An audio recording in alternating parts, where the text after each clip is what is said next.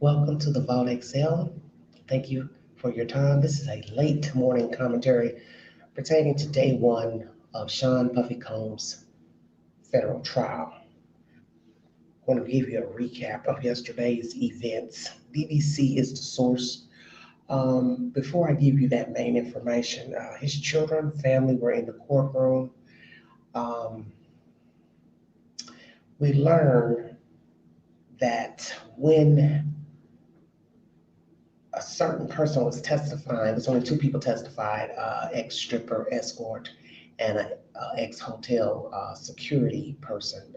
Both males testified in court yesterday. Sean didn't like something that was said in court, and they said he pushed back from the desk and just kind of stared off.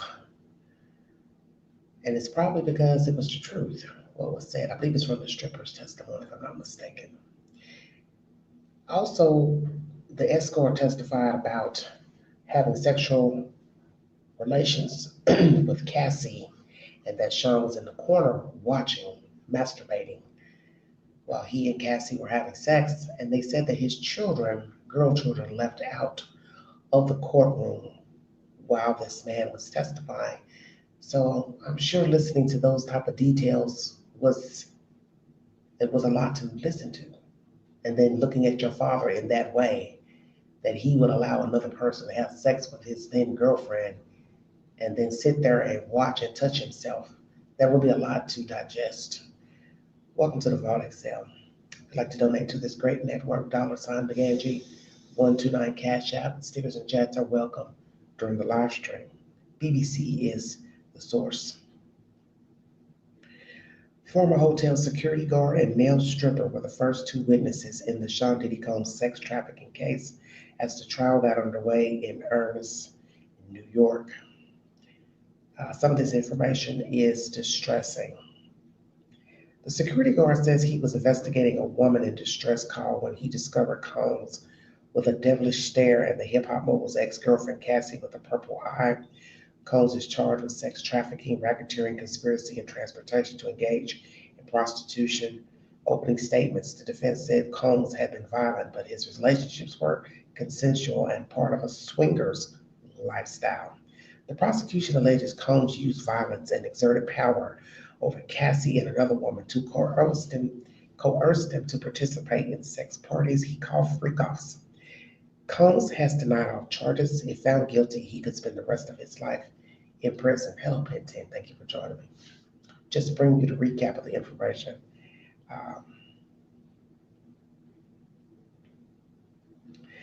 First day of evidence in this sex trafficking trial. After the jury selection concluded, the court heard opening statements from the prosecution, who accused the hip hop mogul of using fame and violence to sexually abuse women. And that is one thing that I've asked recently. Should these women have the right to sue him? Because to go back and forth with a person who's allegedly violent to you, either sexually, filming you, sexually battering you, sexually raping you, should this person have the right to sue a person? So take the poll on my community page, because it looks like a lot of these people participated more than once with him. So in order to bring allegations against him, many will question the motivation, which we're hearing from the defense, it's about the money. Because you do have to be realistic.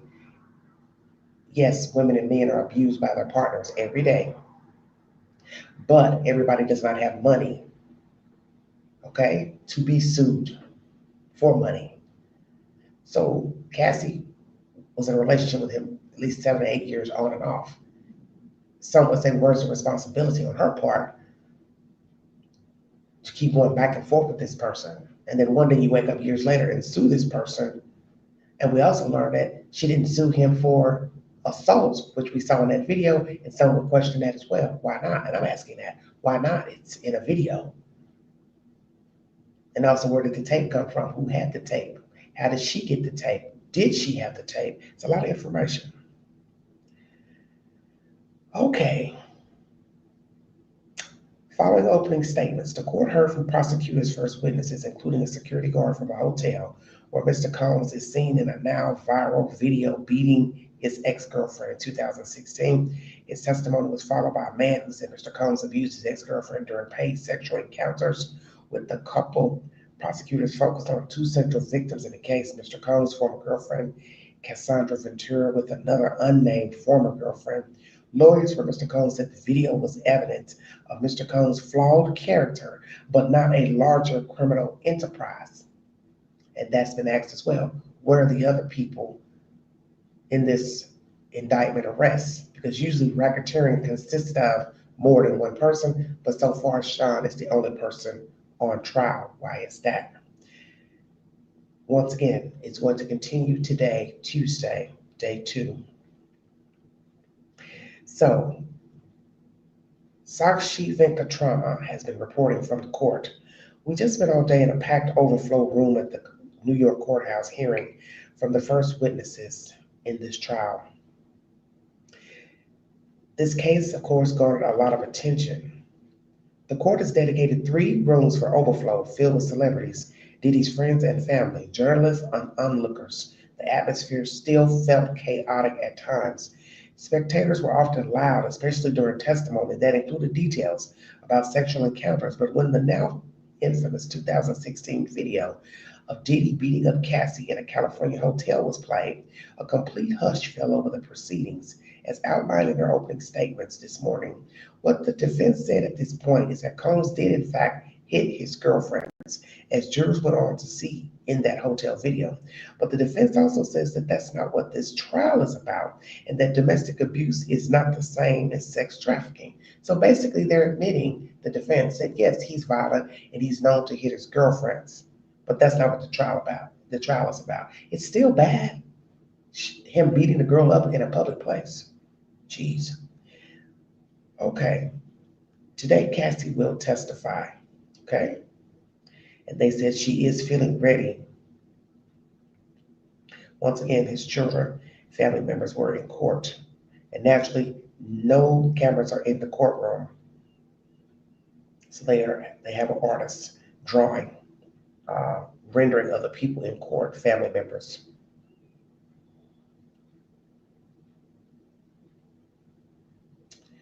Daniel Phillip, 41, says Cassie and Combs paid him to have sex with Cassie while Combs watched in the corner. The cross-examination exchanges were at times terse, with Phillip repeatedly answering questions with just a quick correct as he was asked about the night he first met Cassie at the Gramercy Hotel. At one point, Phillip asked the defense to stand closer to the microphone and also rebutted one assertion from the defense, saying he did not have oil on his body before he took his clothes off during the encounter. It's crazy. The testimony was extremely graphic in nature. Phillips said after his first night with Cassie, in which Diddy sat in a corner with a bandana across his face, he didn't know what the hell just happened, and that he was in shock.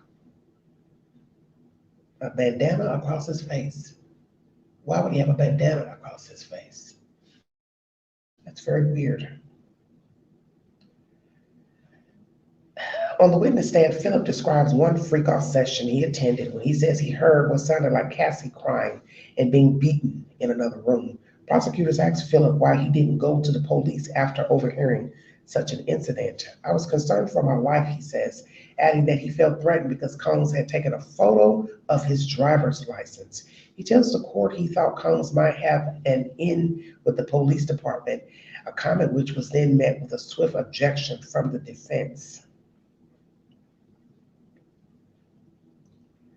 Now, this lady who's reporting from the court spoke with the 42-year-old Rose Lenore, who was standing ahead of me in the line. She says she is a supporter of Diddy and hopes he is not convicted. I'm not saying he is totally innocent, but I feel the charges against him are exaggerated. She says it made her sad to see the video of him appearing to beat up Cassie, but tells me she thinks those actions are about domestic abuse and that she doesn't understand all the other charges against him. Diddy definitely has more haters than supporters, she says, as she heads to a court overflow room. Federal prosecutors have accused Diddy on 5 charges, including racketeering, conspiracy, racketeering conspiracy, sex trafficking, and engaging in prostitution. He has denied all of them. So I believe it's about 5 charges. Witness Daniel Phillip is now going into detailed descriptions about the various sexual encounters he had with Cassie and Combs. He tells the court that Combs, often masked, would instruct him and Cassie about what acts to perform. See, this would be a problem for many people. Uh, him wearing a mask. So that would lead you to think he was taping these interludes and didn't want anyone to see that he was a participant in the room as a spectator and also touching himself. Because we also learned that Cassie confronted this guy and asked him about a graphic photo. And so she must have knowledge that a picture or something was floating around. And that's an incident as well where Sean allegedly attacked her because she was on the computer trying to get information, and she must have came across some information where her images were online, and then he attacked her because she said, hey, I'm trying to look up something. There's some things out there about me. I'm seeing some things about me. So obviously she saw images of herself, and then this led him to physically assault her. Sean Puffy Combs. So he says, often masked, he would instruct him and Cassie about what acts to perform. He says the so-called freak-off would happen at hotel rooms in New York or at the artist's personal residences and could range in time from 1 hour to 10 hours. Now, we heard testimony or conversations that these would last for days, which I find that hard to believe, that people could stay doped up for days and never come up for air to eat or use the bathroom. So, you're entitled to your opinion about that. He says Combs often recorded videos of the encounters, he tells the court. Phillip, who says he usually only texted and communicated with Cassie, says he was worried about her and would try to meet up to make sure she was okay. Now, Cassie's husband has attended these proceedings. As you know, she's married to another young man, Alex Fine, and she's also in her 3rd trimester of pregnancy, and she will be testifying today. They believe she'll be on the stand for a couple of days, and that she'll be testifying in intervals of 1.5 hours since she is currently pregnant. Both the defense and prosecutors finished with the first witness, Flores, about a half an hour. She's reporting in real time, and that was at 15:37. Daniel Phillip, this is the 41-year-old who was having sex with Cassie while Combs watched in the corner. Phillip says his boss asked him to fill in for his male stripper co-workers one night at a bachelorette party, but when he got there, it was just Cassie. Cassie allegedly told him that it was her birthday and her husband Combs wanted to do something nice for her. Phillip says the couple paid him $5,000 to have sex with Cassie. Did she know that this man was going to be there for sex? Or did she assume he was coming to strip? What is the truth? Phillip tells the court that he recognized Combs from the moment he heard his voice in the hotel room. He says Combs told him he worked in importing and exporting. Yeah, that's about right. The couple asked Phillip to come back to the hotel room just shortly after he left. The defense is now trying to poke holes in Flores' testimony with cross-examination. They're focusing on why Flores brought up certain details in court, like the devilish, scary look he described seeing in Combs' eyes the day of the assault at the hotel, or Cassie's purple eye. Defense attorney Brian Steele asked why these details were not filed in the incident report on the day it happened. The defense is also suggesting that the stack of cash which Combs showed Flores after the incident was not a bribe, but rather intended as payment for the damage done to the hotel. Flores tells the court it was a bribe. Now, this, I guess, must be pertaining to the hotel security. I think they're jumping all over the place in this commentary. They're not going in any type of order, so forgive me if it sounds like it's not fluid. So this Mr. Flores, I'm assuming this is a security detail. Is he the one who had access to the tape of the infamous video? So this says the prosecution just finished the questions with Mr. Flores. He was asked to comment on several videos of the Intercontinental Hotel, which showed the 2016 incident. Flores also used his phone to film the hotel's security monitor. Okay, so he's the one who got access to this tape, I guess. He says he did this to show his wife the video later. If I had told my wife what had happened, she wouldn't have believed me, he told the court. Very interesting. So is Mr. Flores the proprietor of the infamous tape shown, or they got a direct copy, the state, from the hotel? Because the hotel is not in existence anymore. So is this a copy from his phone, or this is an actual copy of the tape? So that's why the defense has been going back and forth with the state about the tape and that it was not shown in its entirety. But the point is, it shows him beating the lady up. So what else is that we're missing that would be of relevance pertaining to Sean being a violent person? That's what I'm trying to figure out. I don't think it matters. So once again, the video showing Combs attacking Cassie was first aired by CNN last May, shocking many viewers and forcing the rapper to issue an apology for his violent behavior seen on the camera. Last month, Judge Aaron Subramanian ruled that the video could be shown to jurors during the trial after lawyers for Combs sought to have it blocked.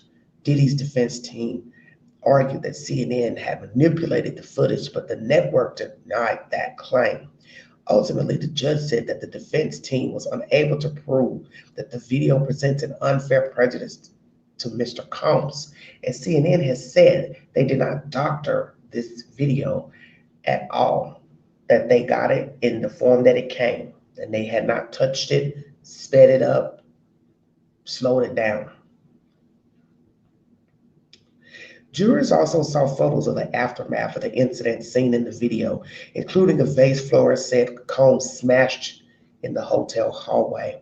Flores tells the court that Cassie made her way down to the valet, and he followed her to try to make sure she got help. He noticed her purple eye, he says, and asked if she wanted him to call the police. Flores says Cassie told him no, and that she just wanted to leave. Then a driver who had come to pick her up in a black SUV told Flores once again that Cassie just wanted to leave, to which Flores replied, "I'm not talking to you." Cassie eventually left in the SUV, and Flores went back up with the hotel manager to try to talk to Combs, who took the hotel manager's phone from his hand because he thought he was being recorded. So see right there, that's a form of theft. We have lots of new laws now pertaining to taking people's devices. That's considered theft. If you even ask a person to move or you push them 1 feet, 1 foot, whatever, that's considered kidnapping. Those are the laws now. It's an hour and a half into the first witness testimony, and jurors have been shown the video for the first time of Combs assaulting Cassie in the hallway of the Los Angeles hotel. The video was introduced into evidence after the first witness, former hotel security guard Israel Flores, told the court about what happened March 5th, 2016.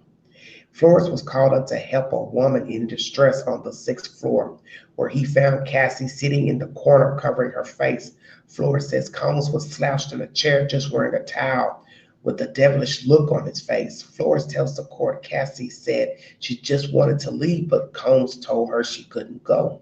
In the end, the security guard escorted them to their room, where Flores said he held the door open with his foot to ensure Cassie would eventually leave.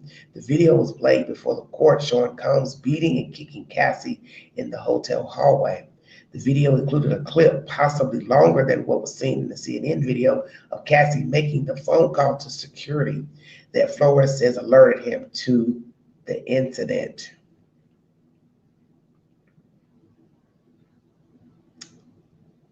So Flores was on shift at the Intercontinental Century City Hotel in Los Angeles, okay? and he's describing what he saw pertaining to Cassie. He went up to the floor and saw the two in the elevator bank, Combs in a towel and socks, and Cassie curled up in the corner, covering her face.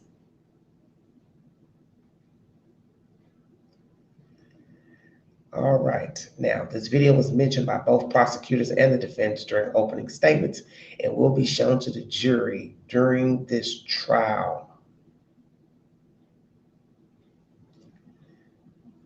So I'm just trying to go over a lot of this because it's not in any order.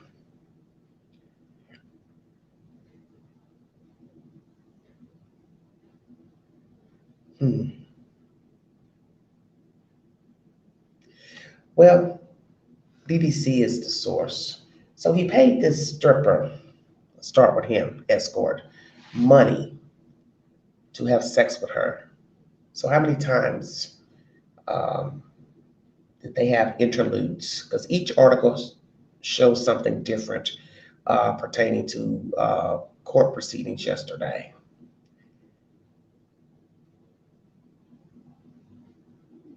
How many times?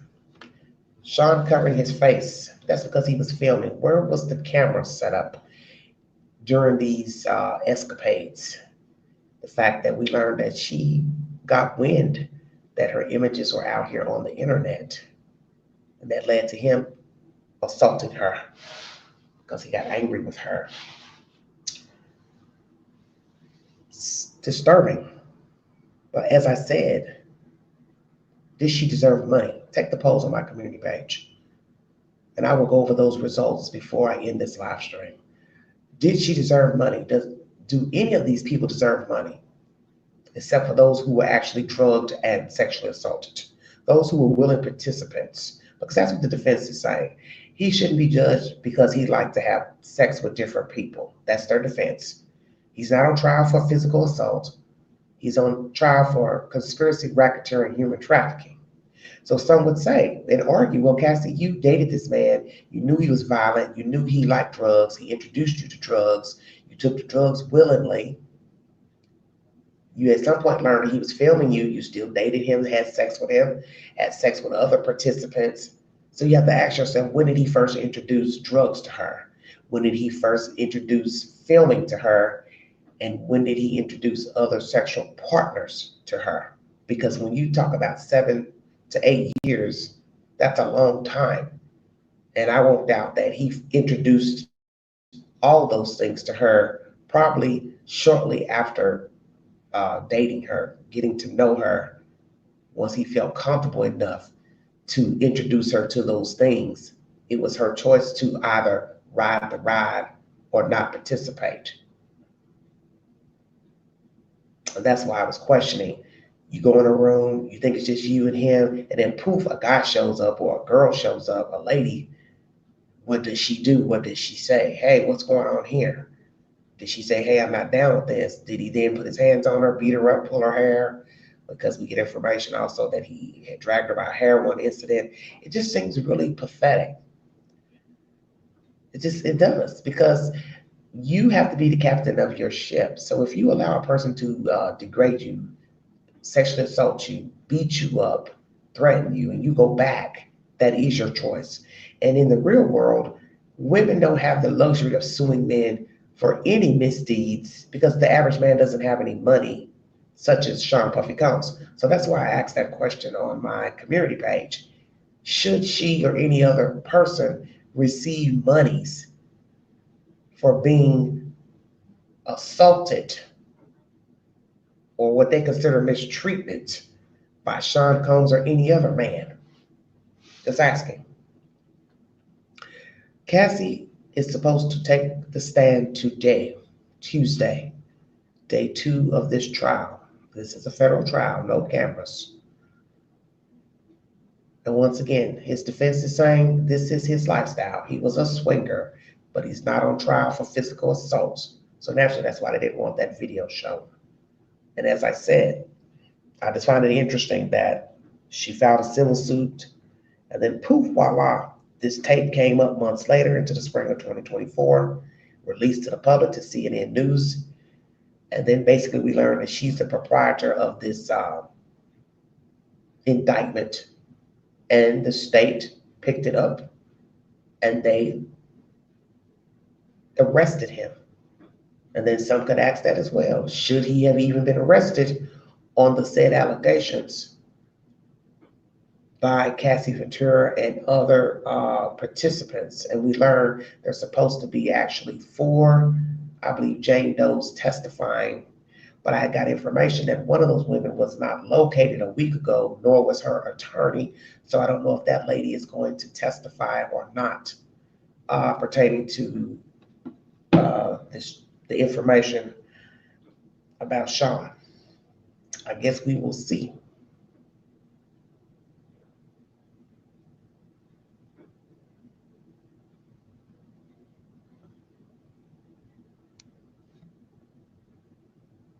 Well, really? Well, we can show you what trolling can do. How about that, Jared Parker? You trolling because you chose to. There's nothing to do with me. You're up at 2 o'clock in the morning with nothing better to do. All right, everybody, we're gonna go to my community page. And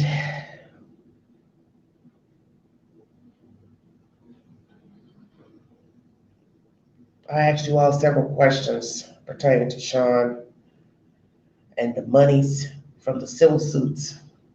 And I asked these questions because, as I said, if you continue to deal with a person, should you be allotted money because of how they treated you?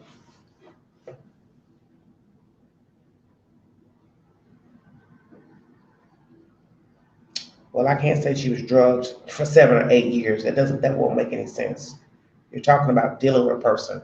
Nobody's going to believe you're drugged for 7 or 8 years, because I don't even think they lived together. I think she had her own place, so you can't explain that logically. Because that's one of the allegations, that he would, get angry because she didn't answer her phone, things like that. So that means they were separate. It's not like she was glued to his hip. So at any point, when you start dating a person, you see signs that they're abusive, it's still a choice to go around them. So that's why I'm asking these questions about filing a lawsuit. You're talking about filing a lawsuit many years later. You're not even with him. You're out here in the world doing your own thing, dating somebody else, living your best life.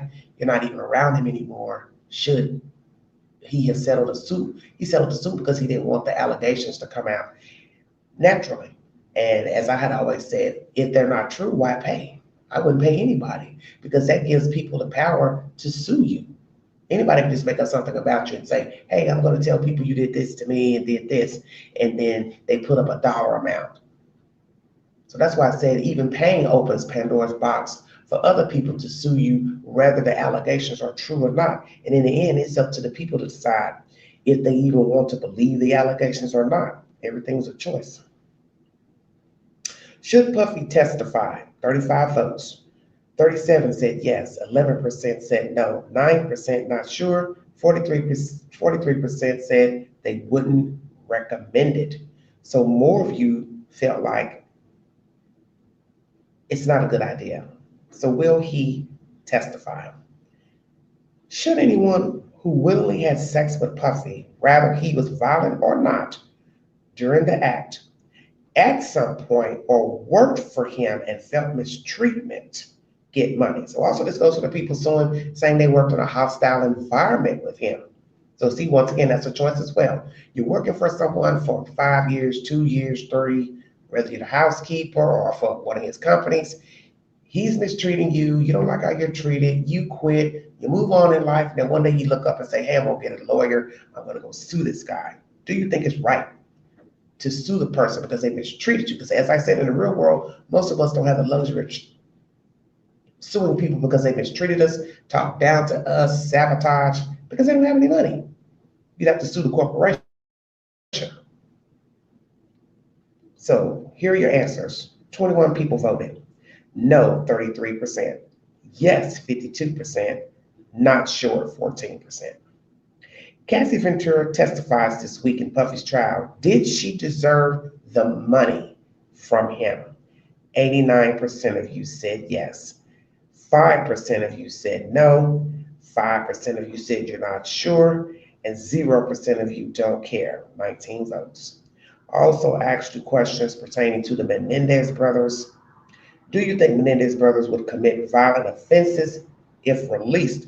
15% yes, 54% no, 20% not sure, 11% of you said you highly doubt it, 46 votes. As most of you know, the Menendez brothers are trying to be resentenced. A judge has issued for this, for them to get a chance in court to make their plea. The current district attorney is not on board. So they've been having a lot of back and forth with wanting this person removed from the case, but then they dropped it here recently about wanting the DA removed. That's probably just not to keep it going on and on, back and forth. 29 of you voted. Should they be resentenced? 52% of you said yes. 34% of you said no. 14% of you not sure. And also I asked you questions pertaining to the Idaho 4 because we've gotten a lot of information that's been coming out from the state pertaining to other female students' photos in Brian Kohlberger's phone. 23 times his phone pinged at the 1122 King Road home. Video surveillance of his car in the area circling around after 3 a.m. And now we have information about the 911 call.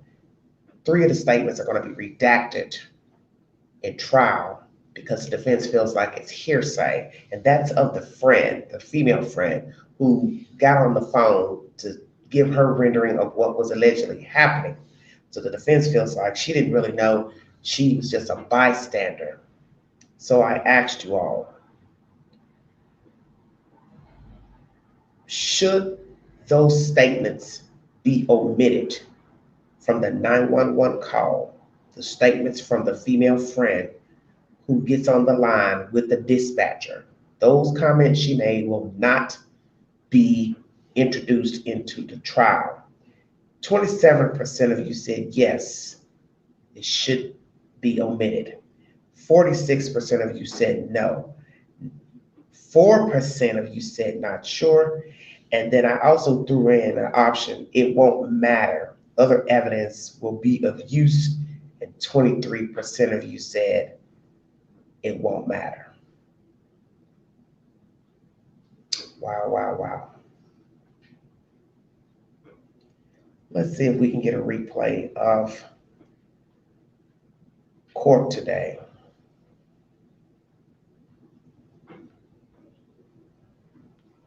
MSNBC is the source pertaining to this information of Sean Puffy Combs.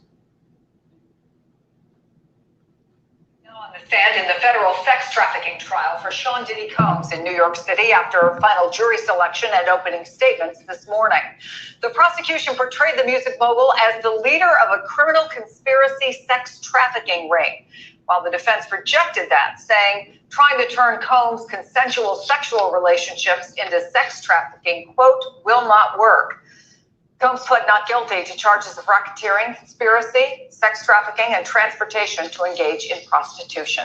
Joining me now, Christy Greenberg, former SDNY Criminal Division Deputy Chief, former federal prosecutor, and MSNBC legal analyst. So, Christy, you were inside the courtroom. Tell us what it was like in there. Well, it was packed. There were 2 rows full of Sean Combs' family and friends, as well as other members of the media and other members of the public that were very interested to learn what was happening. You had 2 opening statements that portrayed a very different image of who Sean Combs is. You had the prosecutors saying that this man ran a criminal enterprise for over 20 years, that he engaged in using force and coercion in order to make 2 separate victims engage in these commercial sex acts, these freak-offs that they did not want to participate in. And then you had the other side, which is the defense, having Sean Combs stand up and show a different side of him and say, look, he's indefensible in terms of committing domestic violence, but that doesn't mean he's a sex trafficker. That doesn't mean he engaged in racketeering. And trying to make this distinction and really focusing on the victims and trying to turn the jurors' focus to the victims and say, look, they were strong, capable women, and they made a choice. Now, I think that will ultimately be a difficult thing for the defense to show because of all the evidence the prosecutors in the opening statement said that they had, showing that actually these women really weren't making a choice. You have the video of Cassie where, Sean Combs is beating her, striking her, dragging her out of that hallway video when she was trying to leave one of these freak-off sessions. That doesn't exactly look like a choice. We also heard from the prosecutors that there are text messages where one of the victims, known as Jane, is saying, I don't want to engage in these freak-offs. I don't want to do this. And then there are apparently also recorded calls that we are going to hear between Sean Combs and Jane, in which Sean Combs is offering her money and telling her to say that she wanted to engage in these freak-offs. None of those pieces of corroborating evidence sounds like these women had a choice. So I think that is going to be really critical evidence for the prosecution. And just one last point. Even if there's the sex trafficking charges, but there are 2 charges, one for each victim, of transporting these women across state lines for the purposes of prostitution. Those charges do not require force, fraud, or coercion. So consenting adults traveling across state lines for the purpose of prostitution, if he did that, he is guilty. So these arguments about the women had a choice, they're not really a defense to these transportation for prostitution charges. I think those charges in particular will be very difficult for the defense to overcome.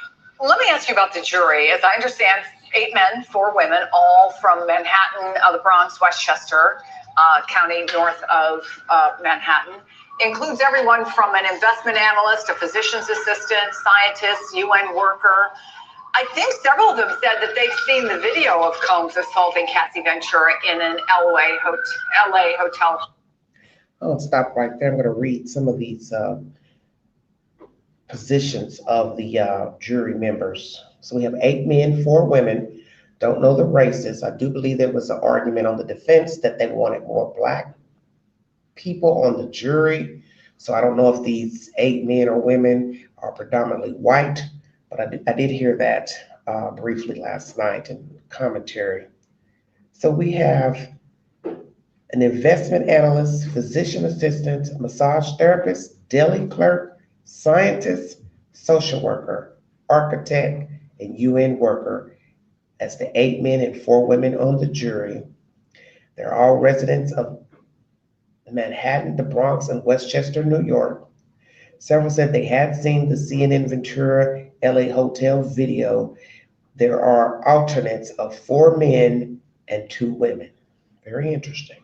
Now, what is the racial makeup of the 12 members of the jury?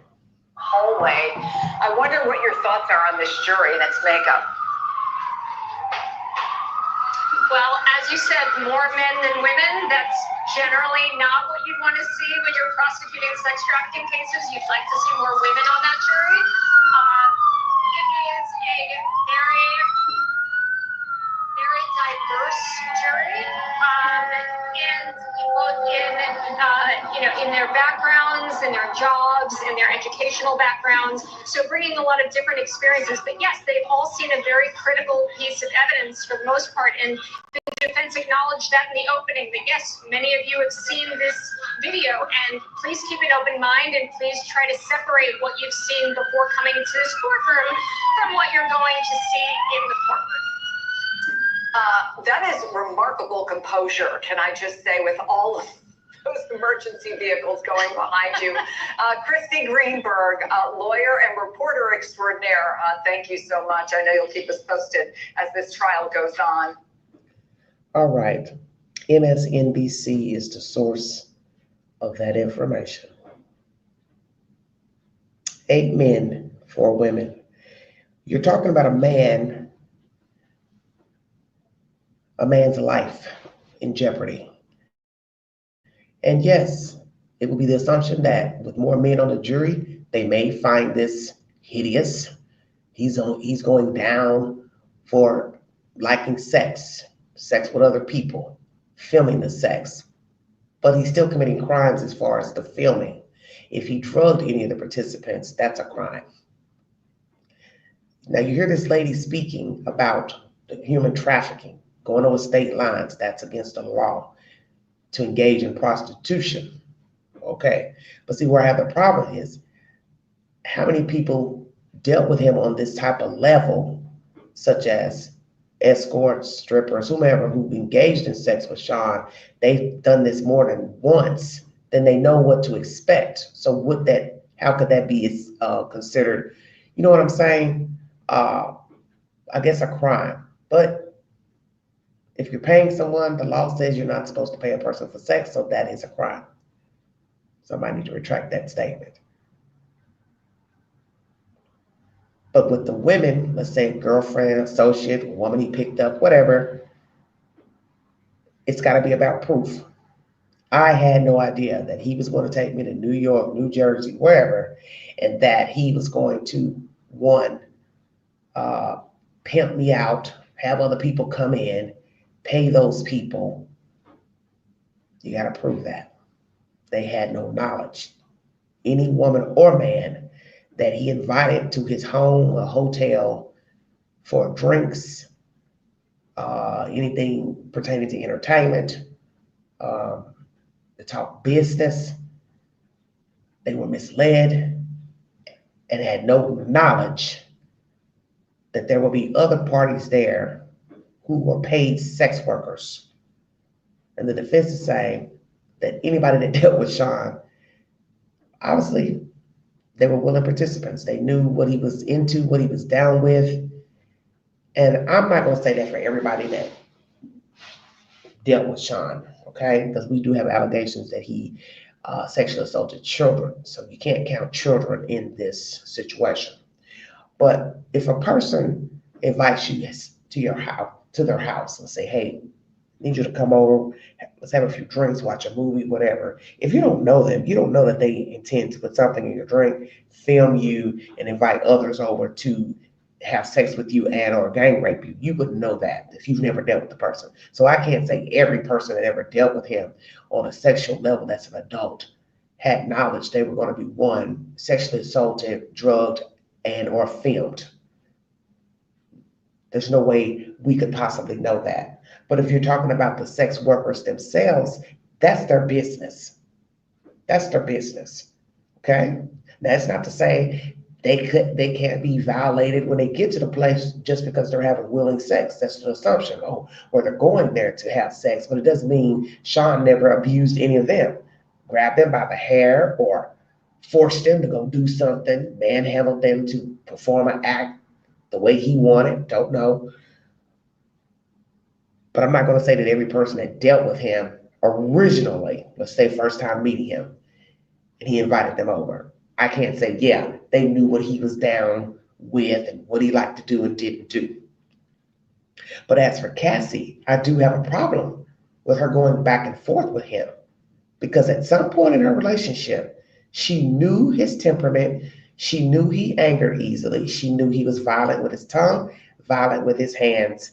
He liked to use drugs. He was an alcoholic, is an alcoholic, and he also likes to film the sexual acts. She knew that. And so if she went back dealing with him, which we know she did because she dealt with him for 7 or 8 years, that's a long time. And there's no way I believe year 8, he just came out of a bag with being a sadist. She learned early on and she made a choice. And this is why I asked you those questions. Did she have a right to sue him civilly for this human trafficking? Because she never said anything about, oh, he's beating me up as well. That's not even in this trial as a allegation or a charge. And that's in the video. So some will find that kind of suspicious. Well, you've got a tape of him beating you up. Why didn't the state charge him with also physical assault? Because you have a tape of him assaulting her in a hotel lobby. Is this about the money? Let's just cut to the chase. The civil lawsuit, which then led to an indictment of Sean Puffy Combs, is this about the money? Is this about a woman not getting what she wanted from a man that she considered a lover, boyfriend? He didn't turn out to be the guy she wanted. She's angry, she's mad, she wanted revenge, she sued him, he paid her a lump sum of money, and then somehow the state got a hold of these allegations. Or did she willingly go to the state? See, I don't really know. Because the state had to have gotten this information in order to charge him. Or is it when they heard about the lawsuit, they took it upon themselves to investigate, and then they formed a decision to charge Sean with conspiracy to human trafficking, racketeering? How did it go? And the fact that this guy sat on this tape so long of this hotel incident is very interesting, because he could have released it a long time ago. We're talking about 9 years. That's a long time ago. The fact that he filmed it from his phone, from the computer monitor, showed it to his wife because he said she wouldn't have believed him. But my thing is, who's going to come home and make that up? Oh, hey, you know that guy, Sean Puffy Combs? He was beating his girlfriend up in a lobby. Why would I think you're lying about that? So I guess he wanted proof. So he's had access to this information for years. And I also asked you all a while ago, last year, whoever got a hold of the tape, did they ever, or let's say, did they continuously ask for money from Sean Puffy Combs? Because you'd have to have access to him in order to bribe him for the tape. And we heard that he paid a nice amount of money to keep the tape silent. So who did Sean pay the money to? Curious to that as well. This guy here, or the general manager of the Intercontinental Hotel? Once again, that hotel is not in existence anymore in Los Angeles. This is a said update from yesterday's testimony in court. 2 people testified against Puffy, ex-stripper Escort, a man paid to have sex with Cassie, and also the former security of this Los Angeles hotel that is no longer in existence. Cassie is supposed to take the stand today. What will we hear from her? They say she's ready to testify.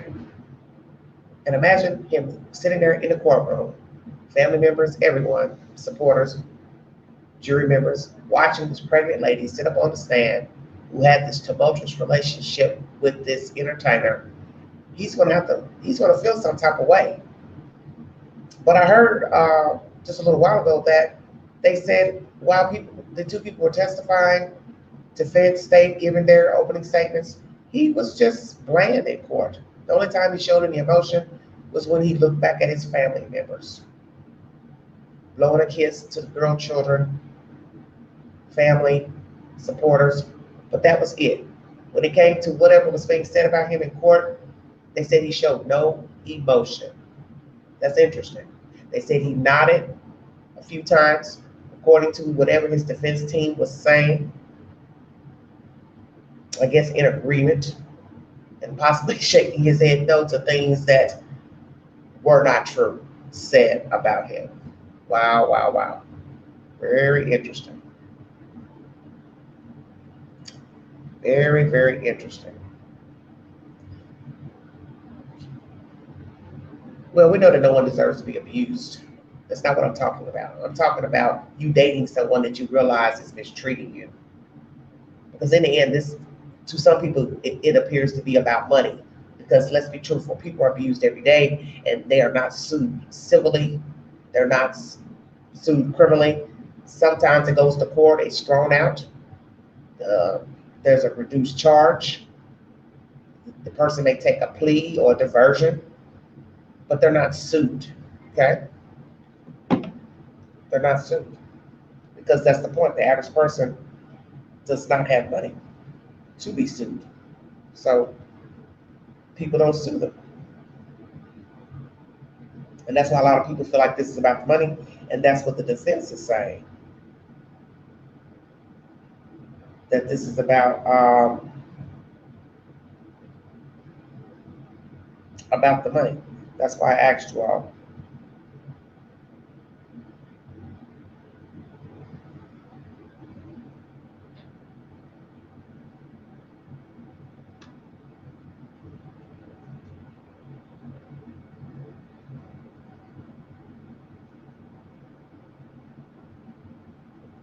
Well, it's the conspiracy channel. Well, shut your mouth.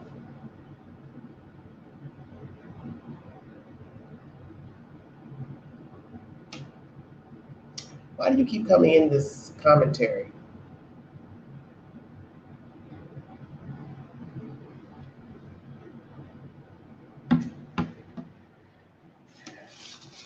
The point is, this is sad information. I'm not suing Sean Puffy Combs. These women are suing him and bringing forward the information.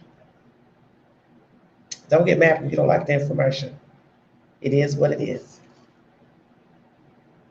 And how many times you're going to come in the chat and change your name? Come on, you're a little too old for that. Toby McDaniel. You want attention? I'm going to give it to you. 2 in the morning, and this is what you have to do with your personal time, is come in the chat. Changing your name every 5 seconds. The point is, this is these people's testimonies pertaining to Sean or any other true crime case. I don't have anything to do with it. There you have it. You don't like it? Find yourself something to do. Stop trolling in this chat.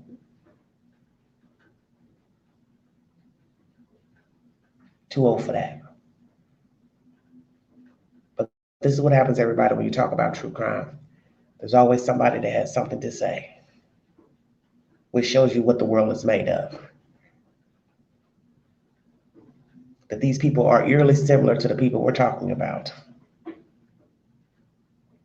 Because there's no way I'd be up at 2 o'clock in the morning trolling a live chat about Sean Puffy Combs or any other person that's standing trial for murder, abuse, racketeering, sadism. I think I'd have something better to do with my time.